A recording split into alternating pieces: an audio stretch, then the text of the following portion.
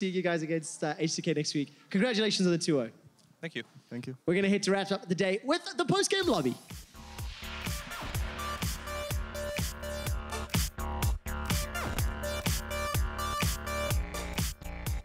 Welcome to the post-game lobby, where I'm joined by Martin Deficio and Maxlore and Hussain of Misfits Gaming. Now, guys, before we move on to anything else, I want to take a chance to recap a little bit of that last series. Deficio, you had the pleasure of casting that last game, so let's start with you. What went wrong for Splice there? I think in the draft in game 2, they ended up having way too much scaling and actually no way of dealing with Nidalee in the early game because they had like Azir, Sejuani, and Nidalee and LeBlanc, I should add in the early game with Azir and Sejuani. And that actually cost them quite a lot because then when their side lanes were going even, well, Nidalee would show up or something and then suddenly would be in favor of Unicorns of Love. And then I got surprised. I was like, it's 1-1 in kills at 30 minutes in a Unicorns of Love game. I didn't actually know what was going on because they actually played pretty well in terms of macro in this game here. So that surprised me quite a lot. Would you have expected the Nidalee to come out, Max, or as a jungler, were you like, ah, yes, of course, the Nidalee pick here. This is the tactical choice. What are your thoughts on this last pick Nidalee, just to mix things up in the draft for Unicorns of Love?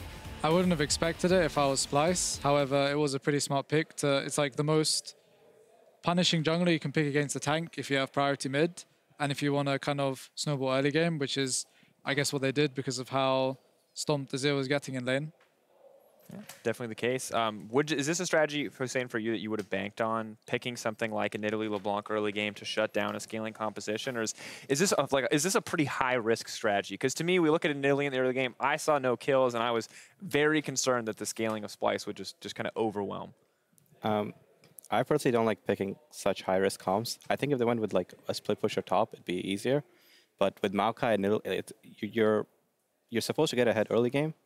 But the onus is on you to really snowball that as well. And if you make any mistakes against a comp like what Splice had, then it very easily snowballs against you, and then you don't really have too many options. So personally, I don't like picking comps like that, but that doesn't mean they're bad if you can execute on them, and Unicorns really did. Big question. Is this the best Unicorns of Love macro game you guys have ever seen? Probably, yeah.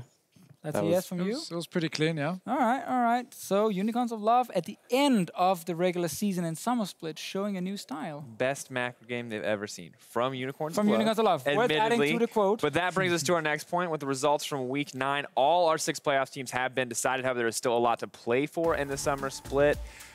Looks like it's shaping up pretty well. 1, 2, 3. No one 100% locked in quite yet. Fnatic 1 win away from locking first. I have really bad eyes, Drakos. Is Misfits first or second in that group? Or no, Misfits is third, which brings us to my favorite topic of discussion. What happened? What, graphic bugs? Oh, yeah. Yeah, right. The 6-6 should be higher than the 8-3. You're right. My math was totally wrong. This is a discussion we've been having pretty actively. 1, 2, and 3 right now for us in Europe. This is something we discussed last week. Feel pretty decided. Fnatic feels like number 1, G2 number 2, H2K number 3. Number 4 was Unicorns of Love on the Sheepy Deficio tier list. Maybe is now locked after today, but for you guys, a fellow top 6 team, where do you see Misfits in all this? Who is the 4th best team in Europe right now? You can answer that. Honestly, I think we are too inconsistent right now to have a really specific place in the standings. I feel like if we play without fear, if we play smart macro, if we respect everyone's calls and work as a team, we could be a top team, but it's not really showing in every single one of our games. It does, there's glimmers of hope every now and again with some really nice, clean games that we do, but then it just crumbles. I don't think we've ever had a series where we just played super clean. So we just need to work on that, and going into playoffs, we could do pretty good. How do you work on that? We're now in week 9. So I assume that's probably been the plan to work on that from the get-go when you joined the team, as a coach. What is the next step here? I mean, initially it wasn't. So the first step with Nubar join was to getting him on the same page with everyone else, because we had a very different system with Kakao in everything from gameplay to communication. So I do think overall we've become a much smarter team. I don't think we've been surprised by any teams in terms of macro. And for the most part, at least in comms, we expect it. It's just our answers to what we see happening isn't necessarily on point yet. Sometimes it's great and sometimes it's inconsistent. So in terms of fixing it, I think there's two things you can do. You can either decide to pick a specific play style that really works for you and like go all in on it and just be better at that than everyone else. And that's one way to reach consistency. And I think in a region like Europe, that's possible. And then the other one is, I think us as Misfits, we're very, very close to being a top team. Like I think what makes us inconsistent isn't something that that's necessarily a difficult issue to overcome. It's more about time, practice, and confidence. And we've got 2 weeks till playoffs to fix that. So as to how we fix it, I just have to make sure that my players are confident in themselves and they believe in themselves, because I truly believe that in terms of macro play, we're not that far behind, if at all. All right. Well, today, Unicorns of Love taking down Splice. Earlier, when I asked you guys on the desk, you said we'd rather face Unicorns of Love in the playoffs. Is that still the case after seeing this macro game today? Assuming H2K is going to be the top team, which of those two teams would you rather face up against in a quarterfinal? For me, it's not. It doesn't really matter too much, because regardless, we have to beat them to go to Paris. But I don't think this series necessarily shows that Unicorns is that much better than Splice. You can't expect a game 2 like that from any team in Europe, really. Like everyone has some level of inconsistency right now. So I personally think that might have been an outlier. With that said, like I think Unicorns is really good right now, and they've been getting better. But for me, it doesn't really matter who we face. All right. We talked about it. You said you'd rather jungle against Xerxes, but we saw a Kane and a Nidalee today, Maxlore. Is that still the case? Do you still feel like Xerxes is the preferred opponent to go up? You did say that he felt like he was more of a predictable jungler. He pulled out two very unpredictable picks, I would say, today. Do you think it's still a matchup that you would be confident going into if you had to play, let's say, next week? Yeah. All right. Damn. Confident. There you go. You get your confidence from Maxlore. I get confidence from all my players. All right. Well, one of the other big things that's been kind of discussed in the community this week is format. And specifically today, I want to bring up the conversation about best of 3, best of 2, best of 1, looking at format and talking to you guys as players and coaches, how different formats affect you guys, how it affects your prep, how it affects your week-to-week schedule. And looking right now at best of 3, let's just talk a little bit about what your preparation is like. You're playing 1 or 2 series a week. Is this kind of an ideal schedule for you guys right now? I think in terms of burnout, it's good, but that doesn't necessarily mean that it's the best in terms of practice. So what I like about it is that if we play 1 game a week and you have a day off, that means you've got like 5 days of scrims. And depending on the type of team you are, you either practice on, or rather you either learn faster on stage or you learn faster in scrims. And if you're a team that learns faster in scrims, which I think we are, then 5 days of scrims is much more beneficial than something like, say, 2 games a week and 2 best of 5s or best of 3s a week. So personally, I like the amount of games there are right now in regular season. And also, as far as best of 3 is concerned, I really like results coming out of a game. I think it's much more fun to play best of 3s because you see more of an adaptation and you see who can really figure out the enemy team and pull out a win from there. So as a coach, it's much more fun and it's much more rewarding to play best of 3s.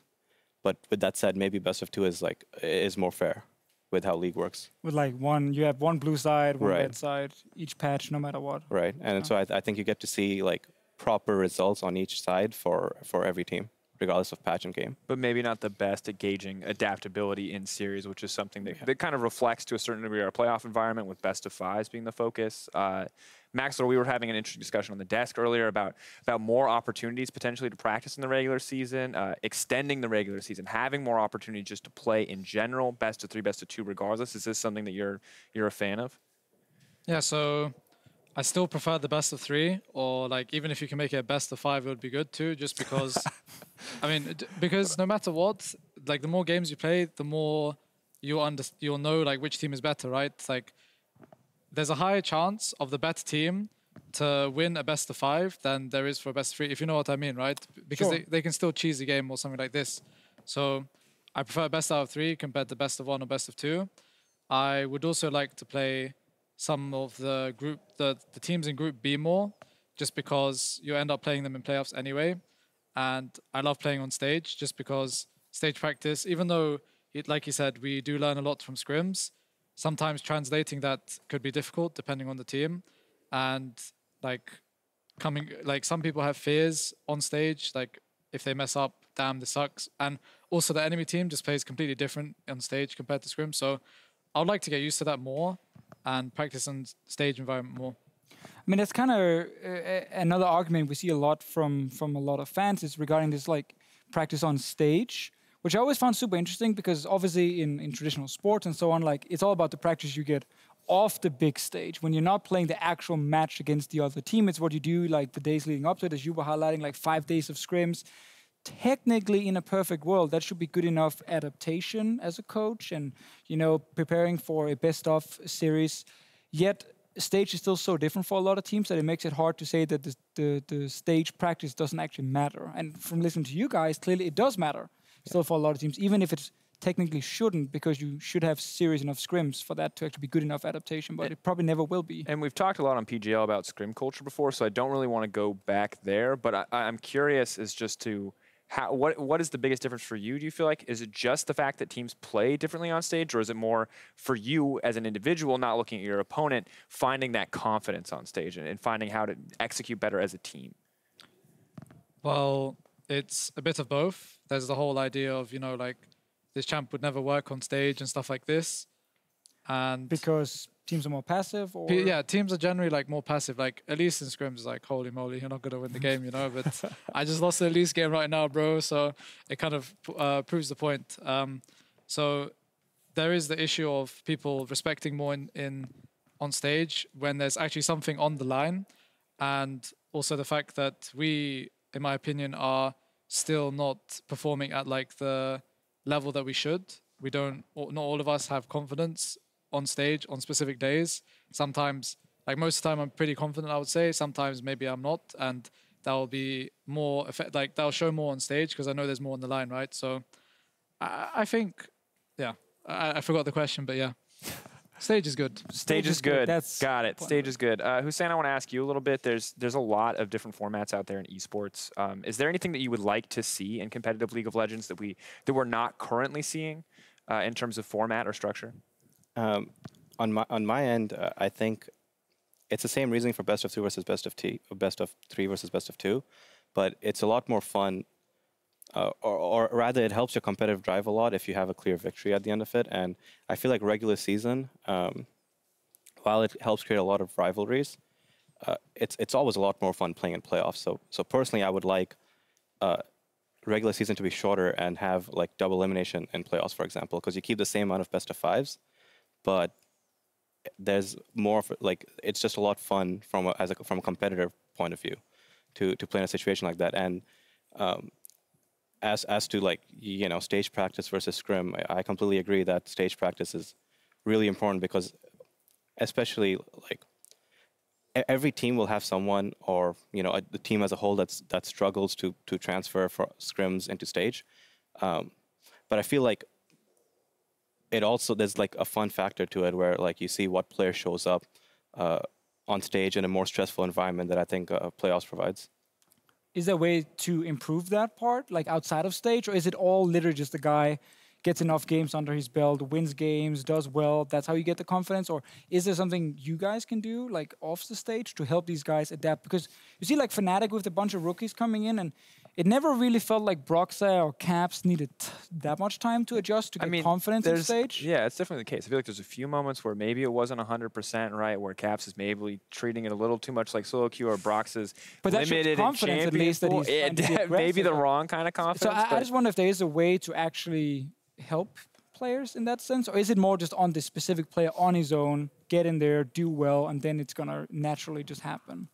I think it depends on. I think it really depends on the individual.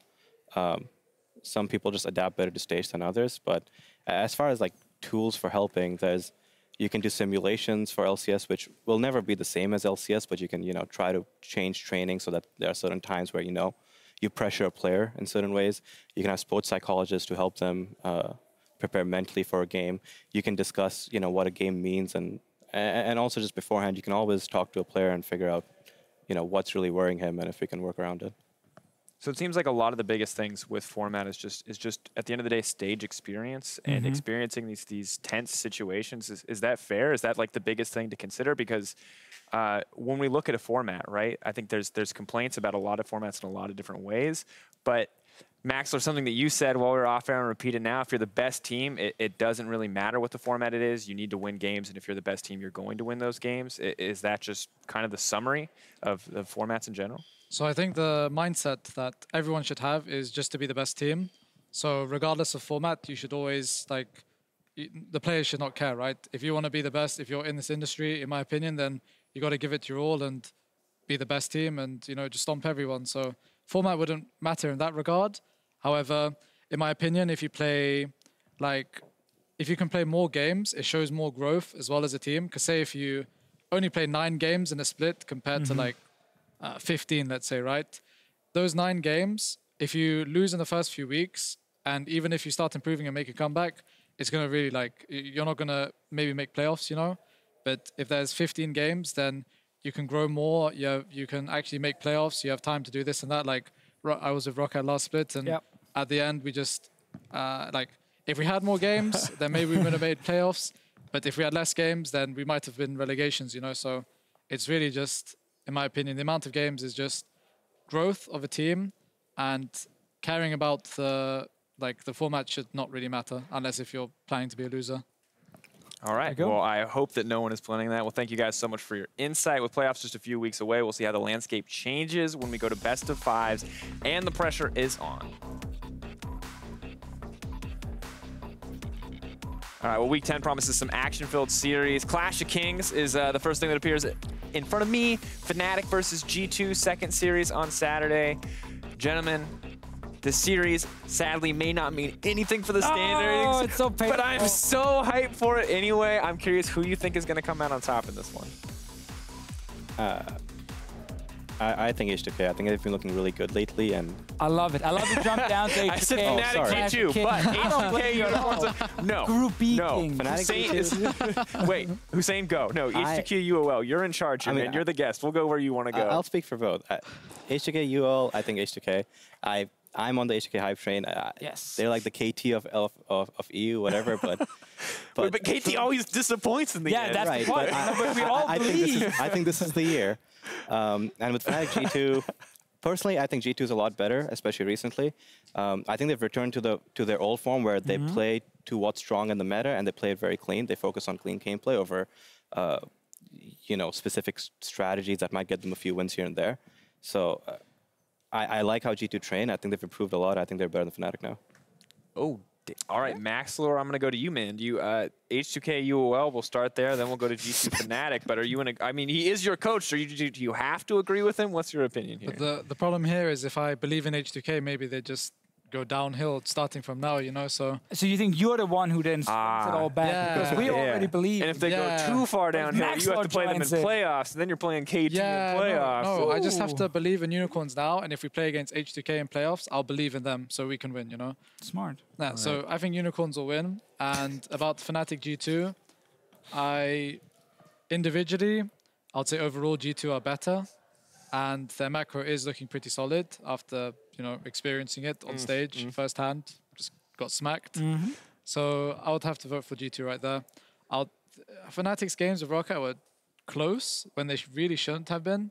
So, and that was mainly because of individual mistakes. I don't think G2 will make those mistakes, so G2 should take it. All right, Deficio, rounding us out. I H2K. I know you're going to vote for H2K, so we don't even have to go to that one. Okay. Okay. I vote I mean, for am I H2K. right? Yep. Yeah, okay. All right. Fnatic G2. Not as confident as you guys in G2 just taking this series. I think it's actually going to be super close because I think Fnatic, and they've talked about this before, when they play teams like Rocket, there's definitely a bit of disrespect coming into the game. Not the same kind of preparation as maybe they have against the other top teams. So I can never see Fnatic show up way more. The problem is, if the game doesn't matter for Fnatic, because they're already beaten NIP and they're locked in first place, then I'm expecting Caps to play Yasuo or some whatever random pick, and then suddenly you can't predict the winner. I guess then G2 takes it because Fnatic might just have a lot of fun. Okay, fine. All right, that's the most I'm going to get out of you. close. All right, It's it's going to be super close. I'll take It will be close. Come on. It's not like Misfits I versus agree. Rocket where it's 2-0 Rocket, obviously. Oh, wow. What? Just I'm flame Deficio. Yeah, Lovely. just All right. Well, while the teams in the EULCS are preparing for the final week, it's full action in the EUCF playoffs. Stress is here to break it down for us. Let's look at that camera. Stress, please take this. Go. There's so much in Week 10 still to come, but Drakos, you're right. Tomorrow is the second Challenger playoff match, and that means we had one last week, and what a blowout it was. Wind and rain was on the forecast, but unfortunately for them, some Giants really stood in the way of the downpour, because 3-0 for Giants last week in a crushing performance. A lot of it to do with the jungle matchup, Gilius looking incredibly strong, and we pretty much had the birth of a new AD carry here in EU Challenger, looking incredibly strong for Giants. Mini Trupax putting a lot of weight on his shoulders up against Challenger mainstay Woolite. And this 3-0 was quick. If you blinked, you missed it. Just about 2 hours of game time maximum between these two teams. And honestly, Giants look unstoppable, exactly how they looked in the regular split. But that means we have a second Challenger playoff match to come.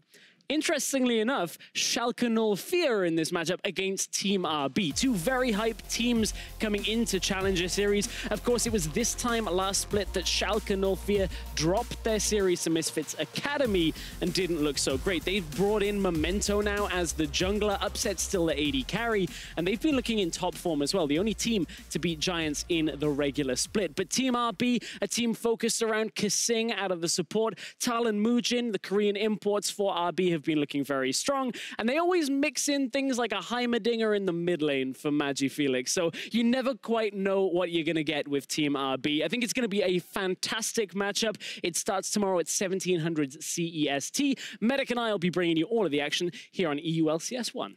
Back to PGL. Thank you very much, Stress. Gentlemen, quick thoughts on Challenger. You guys did, of course, play against NIP, who are locked in relegation today, and they beat you once. So I feel like you have to say that they're looking like that they're looking like the favorites. Just curious how you think NIP are going to stack up against some of these Challenger teams. I think NIP's been looking better later on, and NIP's always had a pretty good early game, which I think against Challenger teams matters a lot more than LCS teams. So I don't want to say it'll be easy for them, but I do think NIP is probably the favorite. Same for the Monkeys as well? Same for the Monkeys. All right, two favorites coming in. Looks like two teams that may be able to keep their spots. We'll find out. Over in the NALCS, however, the summer split is almost over, and with just 2 days left of competition, right now Phoenix 1 are facing it off against TSM, while Envy are going up against Cloud9, so be sure to tune in for that. Here in Europe, though, it's time to call it a night. Thank you so much for joining me, gentlemen. Thanks to everyone on the broadcast team as well, and of course to all you viewers. We'll be back for the explosive ending of the EULCS Summer Split next Thursday, and until then, have a wonderful night. Ninjas in Pajamas taking on Misfits Gaming as we're on Saturday here in Week 9. It's a lot of damage down from the Piltover. We quickly jump